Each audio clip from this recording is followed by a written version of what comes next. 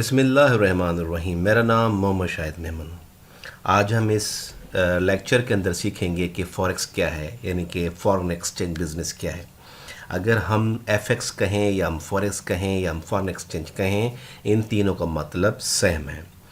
Actually foreign exchange की ज़रूरत हमें क्यों पड़ती है?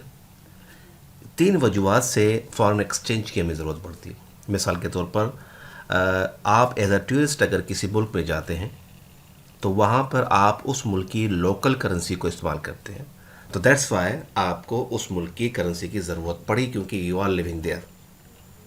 इसी तरह जब दो ममालिक आपस में इंटरनेशनल ट्रेड करते हैं तो वहाँ पर भी एक्सचेंज की ज़रूरत होती है।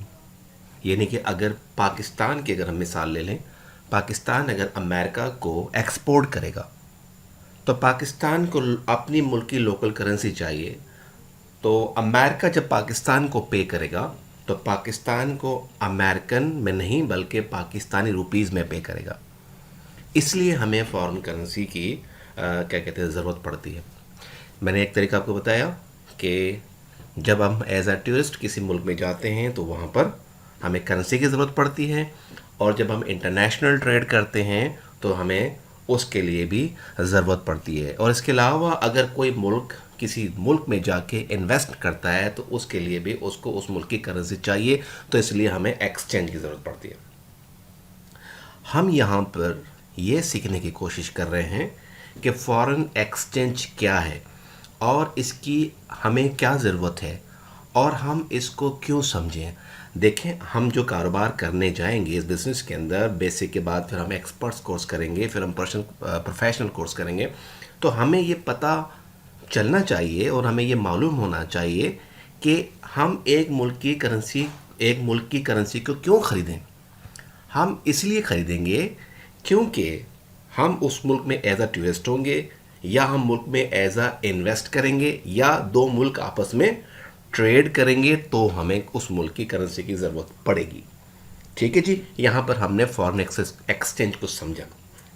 अब हम जो काम करते हैं, हमारा जो वर्किंग है इस बिज़नेस के अंदर, जो हम एफएक्स सीख रहे हैं, एक्चुअली हम फिज़िकली काम नहीं करते, हम वर्चुअली काम करते हैं। यानी कि हमारा किसी ब्रोकर के साथ एक अकाउंट होगा, उसके अंदर हम कुछ अमाउंट डिपॉजिट करेंगे और उसके ज़रिए से हम किसी भी पेयर का एक कॉन्ट्रैक्ट करेंगे और उसको हम वर्चुअली परचेज़ करके, और जब उसकी कीमत बढ़ेगी तो हम उसको सेल कर देंगे।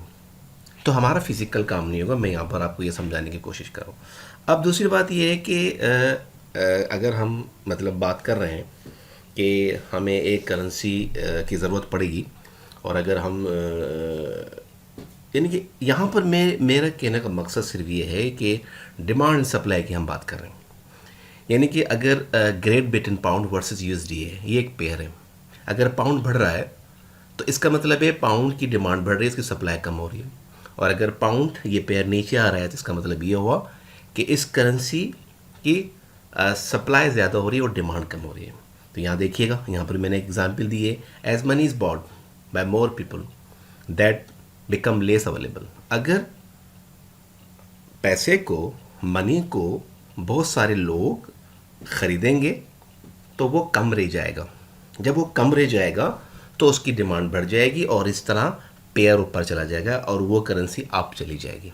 अगर हम पाउंड वर्सेस यूएसडी की बात कर रहे हैं तो क्योंकि मैंने पेयर की बात की, तो वो पेयर ऊपर चला जाएगा। क्यों? क्योंकि वो पाउंड जो है, जो बेस करेंसी है, वो लेस अवेलेबल है, जिसकी वजह से उसकी डिमांड बढ़ गई और उसकी सप्लाई कम हो गई और वो पेयर ऊपर चला गया। इसी तरह बाज़ लोग उसे सेल करेंगे और डिमांड कम होती जाएगी और सप्लाई बढ़ती जाएगी, तो उसके प्राइसेस नीचे आ जाएंगे।